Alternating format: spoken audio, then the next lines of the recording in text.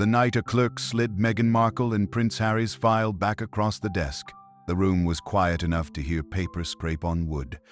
Nothing dramatic, no shouting, no flashing cameras. Just a slim folder, a birth record, and one missing piece that should never have been missing. In royal life, the arrival of a child is usually the opposite of mystery. Doctors are named. Hospitals are confirmed. Times are stamped to the minute.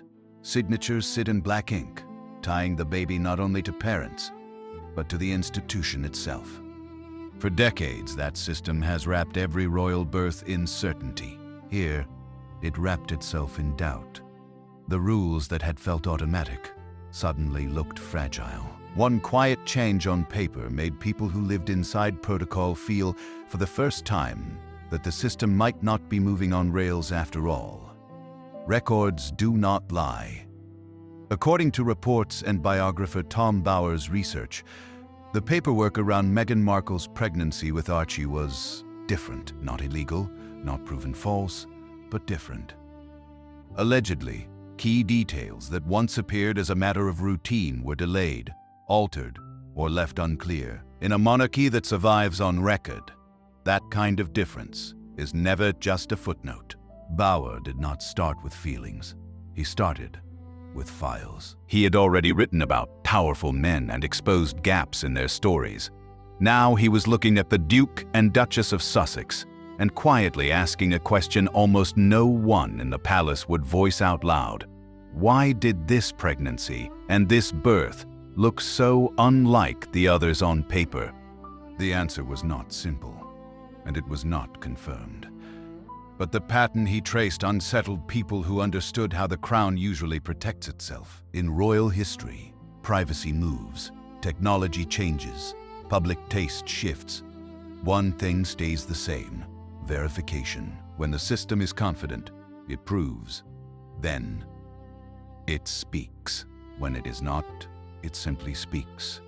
So Bower reportedly gathered statements, timelines, and public announcements around Archie's birth, lining them up against older royal pregnancies. When Princess Diana delivered Prince William, the senior doctor's name and role were on record within hours. When Kate Middleton had Prince George, the hospital, the team, even the time of birth were formally logged.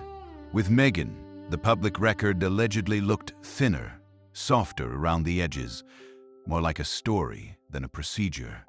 And would you want to see the missing line for yourself? That is the quiet tension running through Bower's work, and through every cautious whisper about this chapter. Silence can feel loud. Supporters of Meghan Markle and Prince Harry argued that things had to change. Security threats were higher. Media aggression was worse. They say the couple had every right to guard their child's arrival, and that any unusual choices came from fear, not deception. They also point out that no solid public evidence has proved any fraud, and that much of the anger around this topic lives in online speculation, not in courtrooms or formal findings. Critics see something else. They see a break with precedent that, fairly or not, open the door to rumors the palace usually shuts before they start. To them, what matters is not one form or one date, but a slow pattern. Announcements without matching paperwork, shifting hospital stories, and a feeling that narrative was doing the job that documents used to do. The palace itself stayed mostly silent. That silence, according to accounts, was not a clear vote of confidence, but not a public rebuke either. It was a pause, a holding pattern. Inside that pause, questions reportedly grew sharper. Why was one document amended weeks later? Why did simple confirmation seem so hard to obtain through normal channels? Why did staff who were trained to rely on form and record feel they were being fed only narrative and emotion? Those questions did not explode on the front pages. They moved in corridors, in late-night calls, in careful legal notes that avoided direct accusation but refused to ignore risk. Inside that quiet, the system did what it always does when it feels uneasy. It watched behavior. It nodded who asked for proof and who pushed back. It tracked how quickly small requests turned into sharp emotional reactions. Did people act as if they were standing on firm ground, or as if one more request for proof might crack the floor beneath them? At the center of that tension were two people who had once been the modern hope of the monarchy. Meghan Markle, the woman who brought global attention and fresh energy, and Prince Harry, the prince who wanted both loyalty to his wife and security from his birthright. Between them stood a story that could have been settled by one calm, routine act of verification, but never was. Even Bauer in his writing does not claim to know exactly what happened. He lays out patterns and responses, then leaves readers with a troubling possibility rather than a verdict, reminding them that many of these claims remain disputed and may never be fully resolved. This doubt will not sleep. To see why this file unsettled people inside the system, you have to rewind and look at how royal pregnancies usually work. For generations, births that shape the line of succession have been wrapped in almost boring levels of certainty. Names, times, locations, signatures, all tied together like links in a chain. When Princess Diana delivered Prince William, the consultant's name, the hospital, and the timing were logged, witnessed, and quickly announced. When Kate Middleton gave birth to Prince George and then his siblings, the pattern held. The doctors were named, the hospital was confirmed, and the official notice left almost nothing open to guesswork. Patterns start to whisper. With Meghan Markle and Prince Harry, the public record allegedly moved differently. The announcement of the pregnancy, according to Bauer's work and media reports he cites, carried warm language but light detail. The hospital story seemed to shift. One outlet mentioned Portland.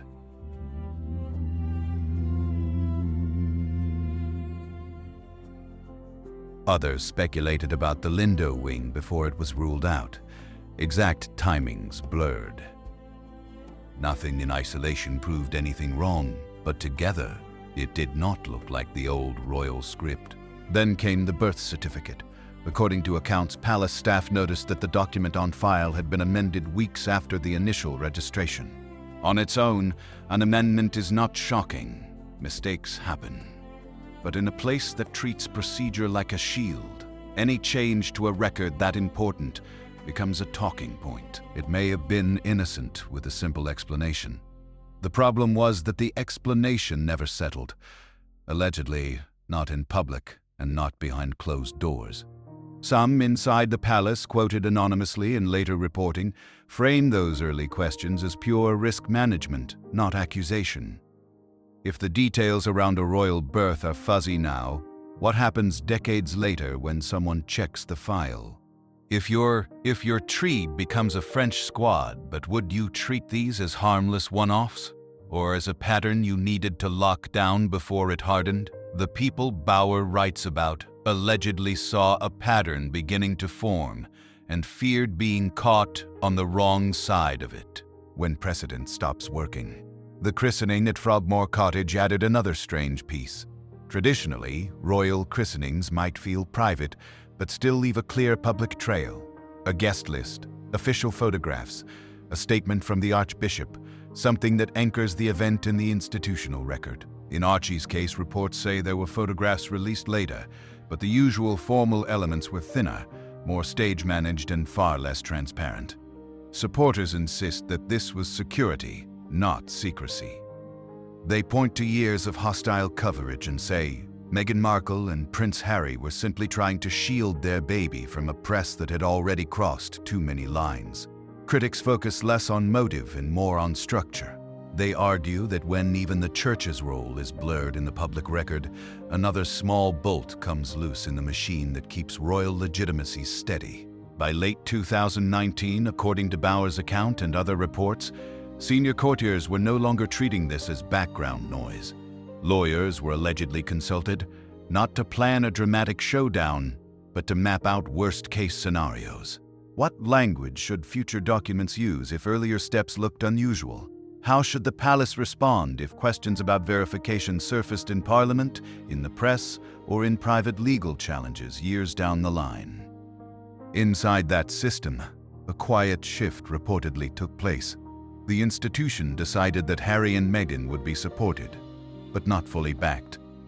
Outwardly, that meant polite statements, carefully worded congratulations, and no public challenge to their version of events. Inwardly, it meant something harsher. The Crown would no longer put its full weight behind a narrative it did not completely control on paper.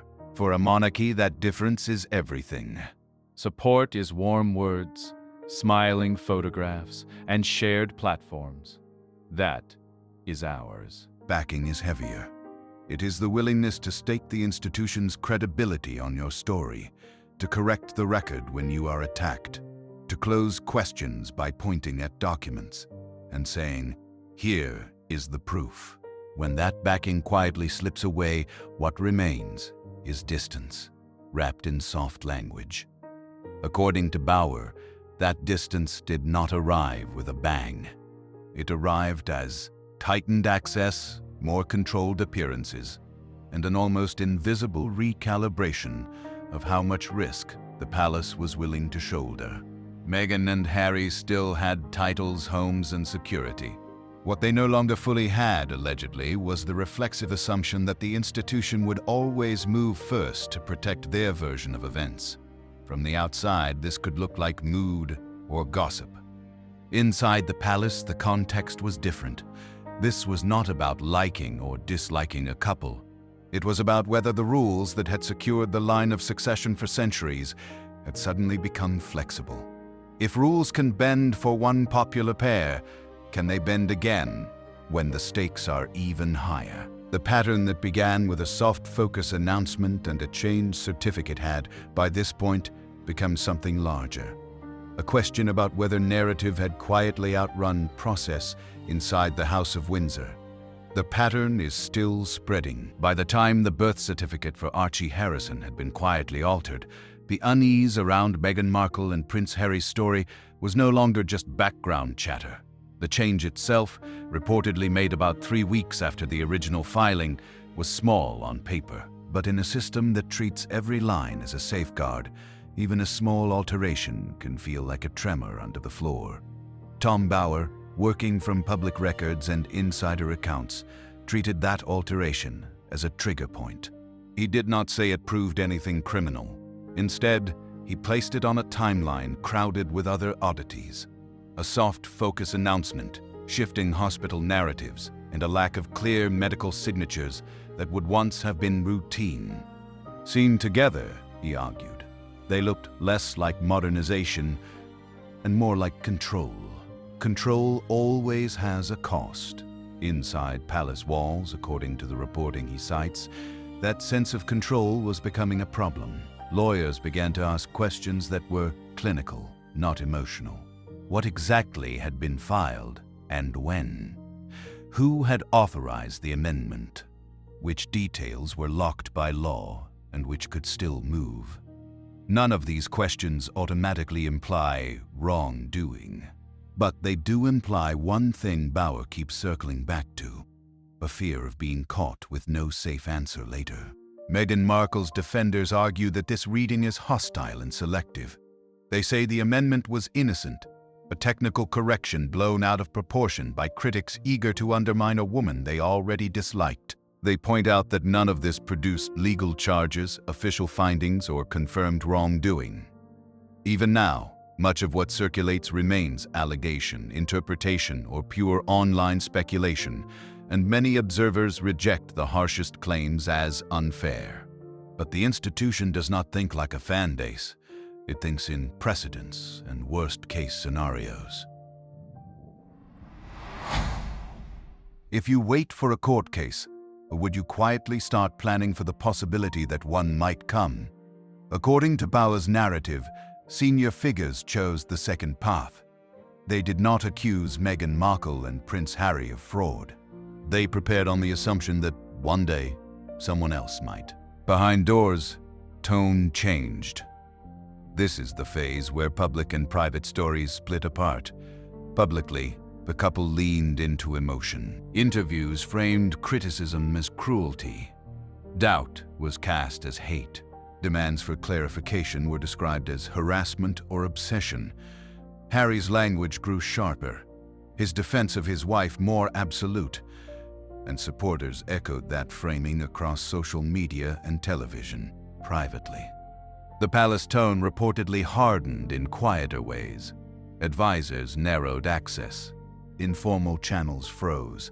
Requests that might once have been waved through started to require written sign-off and careful wording. The message was subtle but unmistakable. The crown would no longer extend. Automatic trust where it did not feel it had automatic proof. This is where Bauer's method delivers its coldest payoff. He does not claim to uncover a secret recording or a hidden document that solves everything. Instead, he forces readers to look at behavior as evidence in itself. When a story is strong, institutions relax, answer calmly, and point to documents. When a story is fragile, everyone starts guarding edges, tightening language, and reacting from nerves instead of confidence.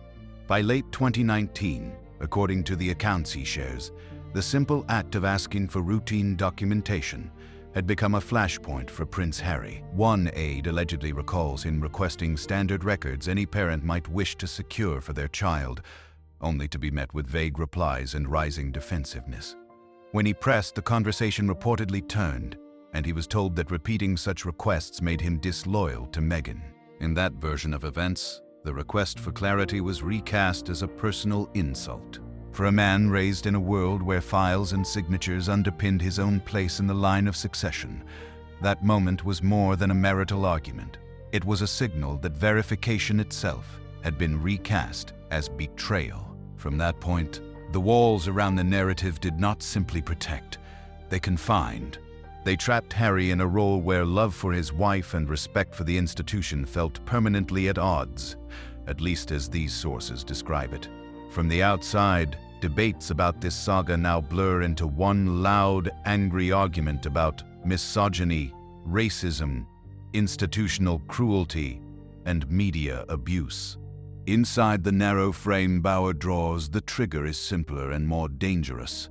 A question that could have been settled with one piece of formal proof, but never was. The fallout he traces is not a single explosive revelation, but a slow shift in how an ancient institution behaves when it no longer trusts the ground it is standing on, yet still cannot or will not resolve the doubt. Even readers who reject the more extreme rumors can feel the weight of that structural unease. You do not have to believe every allegation to understand why a monarchy built on record would treat unresolved questions about verification as a live risk. In Bauer's telling, the point is not to prove a secret plot, but to show how a lack of closure begins to rewire the relationship between Meghan Markle, Prince Harry, and the crown itself.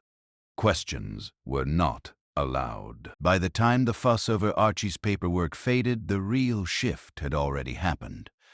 The question was no longer just whether one document was odd.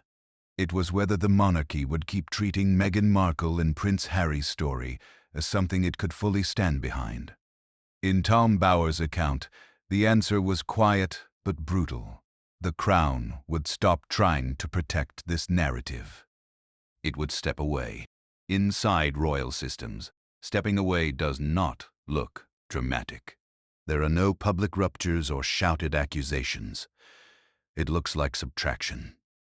Invitations arrive less often. Joint appearances are rarer. Meetings that once felt warm start to feel like formal appointments. On the surface, polite support remains, but, according to the insiders Bauer cites, the deeper signal is distance. Distance became the answer. That distance does not prove any rumor true. It proves something else, that the palace no longer feels able to guarantee this story the way it has guaranteed others. For generations, when a royal narrative could be backed by clean records, the institution stepped in, issued corrections, and crushed doubt with documents. When it could not, it followed a different rule. It narrowed exposure and let time carry the risk away from the center. Within that logic, Meghan Markle's biggest strength and biggest weakness become the same thing. Even her harshest critics admit she understands narrative. how to time an interview, frame an emotion, and turn personal hurt into a wider story. Those skills work in modern media. But a monarchy does not run on emotion, it runs on files. When narrative moves one way, and record will not follow, the system eventually trusts the paper over the person, no matter who that person is married to. Prince Harry's role in this phase, as described by Bauer and other commentators, is exposed and lonely. Publicly, he stands as the defender, insisting that questioning his family story is cruel and invasive.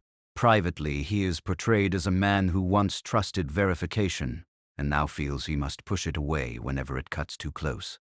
If you were looking at this from inside the palace, would you see a man being persecuted or an institution retreating from a story it no longer dares to own? That split in interpretation is what keeps the saga alive. Emotion could not replace record. According to Bauer, the monarchy's response was not a purge, but a quiet adjustment that hardened over time. Access became procedural rather than personal. What had once been assumed now had to be requested. What had once been offered freely came with conditions. The Crown, he suggests, accepted that some questions around Archie's birth might never be answered in a way that fits its usual standard. Instead of forcing closure, it planned for endurance, how to keep functioning, even if this one file never feels fully settled. Supporters of Meghan Markle and Prince Harry see that shift as cruelty disguised as protocol. They argue that the couple was punished for trying to protect their child and for pushing back on an aggressive press. Critics see almost the opposite. To them, the institution showed restraint by refusing to confront the pair in public, choosing instead to ring-fence the risk and move on. Both sides read the same quiet moves differently, but they agree on one uncomfortable point. The central question never truly died. That atmosphere is what Bauer's book tries to capture. He does not claim to reveal a secret recording or hidden confession that solves everything. He documents how, allegedly, an institution that once moved quickly to close doubt began instead to live alongside it. The file did not vanish. It stayed in the system, marked not proved or disproved, but something more corrosive over time. Unresolved. For a royal fairy tale, that is the worst kind of ending. The familiar images, the balcony, the wedding, the hospital steps, the signed notice on an easel, are meant to deliver certainty. Ambiguity does not fit.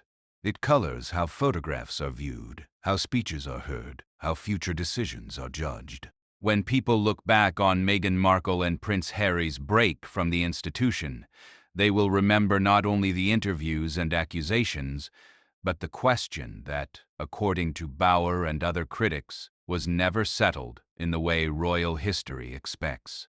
In Bauer's portrait, the crown is already adjusted. It assumes that rumors, counterclaims, and online wars will continue for years. It also assumes that, long after the noise fades, the institution itself will still be there, following the same rule it always has. Where there is doubt, it cannot cleanly erase. It reduces the space that doubt can touch. Meghan Markle's story becomes one sealed compartment in a larger machine, noted, contained, but never fully embraced. In that sense, the real verdict is structural. Prince Harry, caught between love and legacy, carries the emotional cost of that shift, while Meghan, praised and condemned in equal measure, remains at the center of a narrative built on allegations, speculation, and disputed memory rather than universally accepted proof. And somewhere, in a palace archive, according to Bauer's bleak conclusion, one slim file stays open, its questions never fully answered, its weight never fully lifted. The story remains unresolved.